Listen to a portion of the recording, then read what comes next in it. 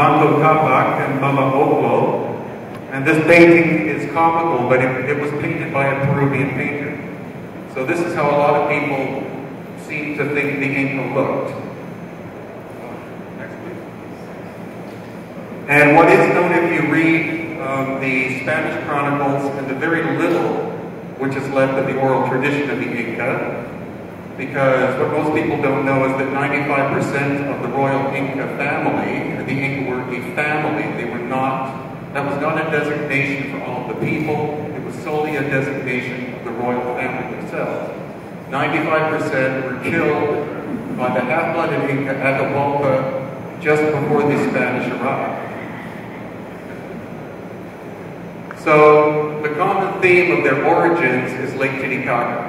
And there are two possible locations. One is the Island of the Sun, and this is on the north end of the island. But the problem with that is that you don't find a lot of sophisticated building which you associate with the Inca. This, for example, clearly was something that possibly the Bolivian Tourist Board decided to make.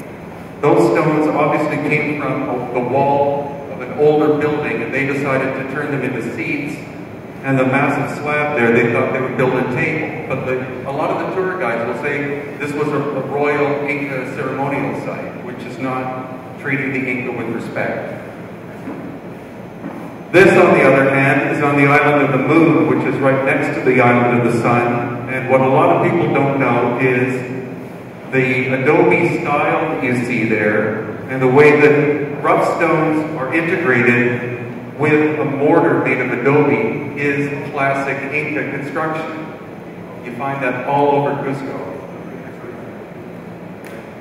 And this is Tiwanaku, and this is most likely the birthplace of the Inca. What you can easily see here is if you look at this stone, that one, that one, that one, and that one, you can see the amount of erosion. And then if you look at the building in behind, you see the erosion is not as extensive. And then afterwards you see the walls. And what that indicates is that the large monolithic stones of that ceremonial site were built first, thousands of years ago, based upon the amount of decay of the stone itself. And then successive cultures came and added to what was there, and that's a very common theme.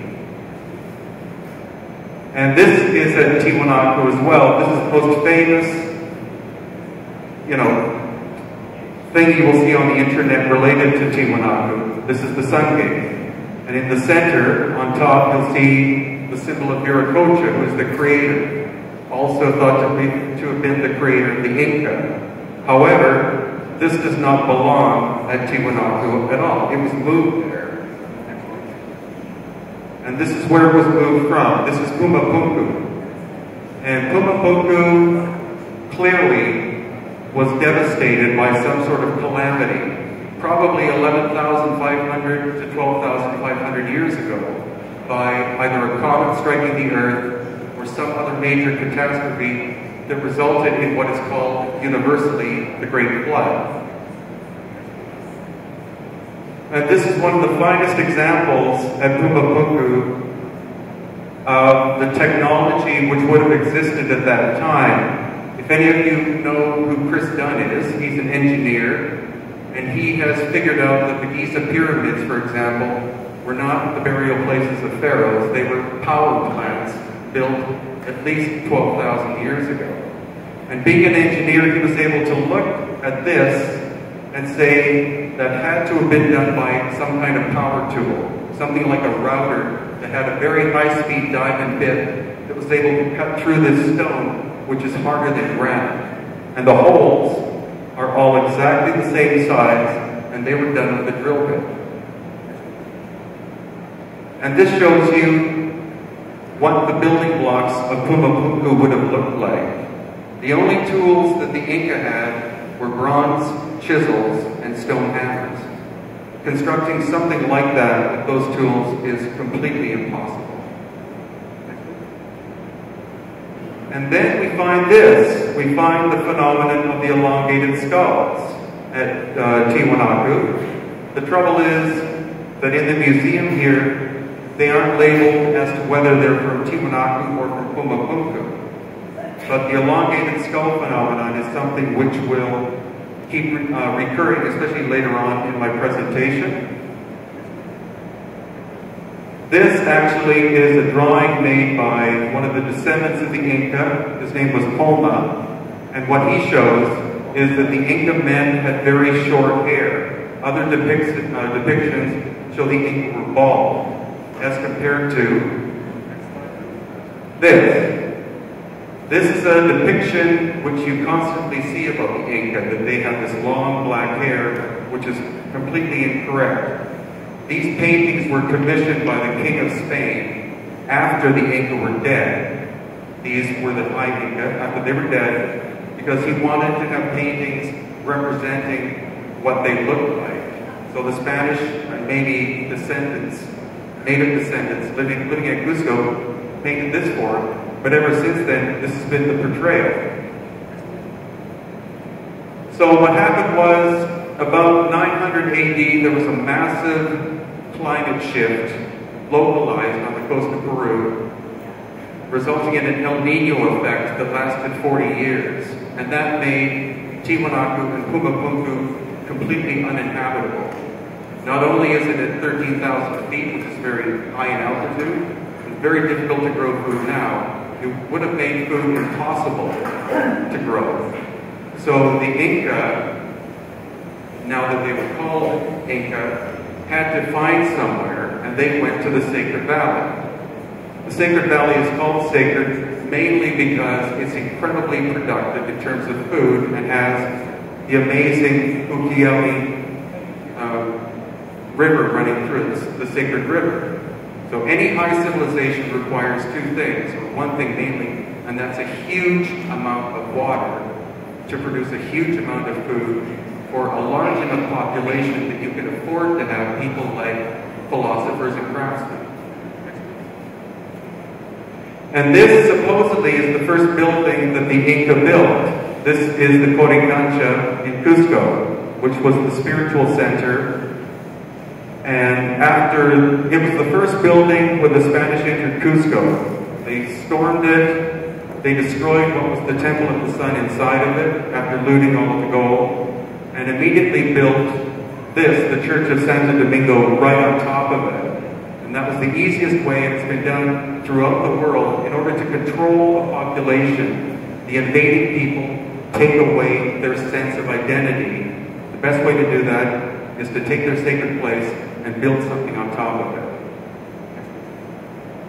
This just gives you detail of the amazing construction. This is basalt, and the basalt was brought from 60 kilometers away. And then we have the difference between the Inca so-called, or the ancient people before the Inca construction on the right, and on the left we have the Spanish construction. What the Spanish did was basically tear Cusco apart, especially the smaller stones, because they were easy to work with. And they used a lot of mortar in order to build all of the buildings which are in Cusco. And that is why, whenever there's an earthquake in Cusco, the Spanish buildings collapse because the mortar is soft, and the Inca or pre-Inca buildings don't move. This is what the Coricancha originally looked like, and you can see the band of gold that goes around the top of it. You know, the most common idea is, since gold was such a symbolic thing to the Inca, they would have put this cap there. But if you talk to the people who know the oral, or what's left of the oral tradition of the Inca, they say the gold cap was done, or was put in that way, because the stone used had a tendency to be very high in quartz. Quartz is something that resonates electrical energy. And so by putting the gold cap around it, it integrated every single stone in that building. So the sensation on the inside would have been different from the outside, because on the inside, the light electric charge running through the building would cause an altered state of consciousness, which is what you want in a sacred space. And this shows some blocks inside of the Coricancha. Again, we have these roots are taken out like that, and molten metal was poured into that. You find this here, you find this at Tiwanaku, you find this at Ollantaytambo, and you also find it in Egypt. The normal explanation is that this was done in order to stop the stones from moving in their position in case of an earthquake. But anyone who knows basic engineering would know that it wouldn't take much of an earthquake to rip something like that apart. Again, it's more likely that what they did is they helped to move the passive or light electrical energy from one stone across to the next. And this is simply for those who haven't been, this is the interior of the Coricancha, the Temple of the Lightning, I believe, is this one. And this is one of the finest constructed buildings in the history of all of humanity. And this is quite an odd thing. This is right in the center of the Coricancha, which was the center of Cusco, the center of the Inca civilization. That is constructed out of one piece of either andesite or basalt, very hard stone. No one has an explanation of who made it or what it was. Some people say it's a ceremonial bath, but the amount of physical effort required to make it, it couldn't have been done with the tools that the Inca had. And this is more of a spiritual or energetic idea of what the Coricancha represented. It was in the absolute center. Radiating out from the Coricancha were what were called Seike lines, which were energy lines. And every dot along each of those paths is what was called a huaca, which is a sacred space. And that could be either a stone construction, it could be a tree, it could be a creek, or anything that was deemed to be of a sacred nature. And this is kind of fun. That little tiny stone in the center is about 1 centimeter by 1 centimeter in size. And so some people speculate that the original builders did it as a joke, just to show how good they were. But another explanation is the fact that the Coricancha, again, you can see the perfect way that the stones fit together. The Coricancha had to be perfect and fit for the functions that it performed. Next, please. This is a street which is still there and is hundreds, if not thousands of years old. On the summer solstice, the sun rises exactly in the center and used to project straight towards the Temple of the Sun. But what's more interesting is if you look at these blocks here, this one's been damaged. This is green andesite. On the left side is gray andesite. They're smaller blocks. And on the right side,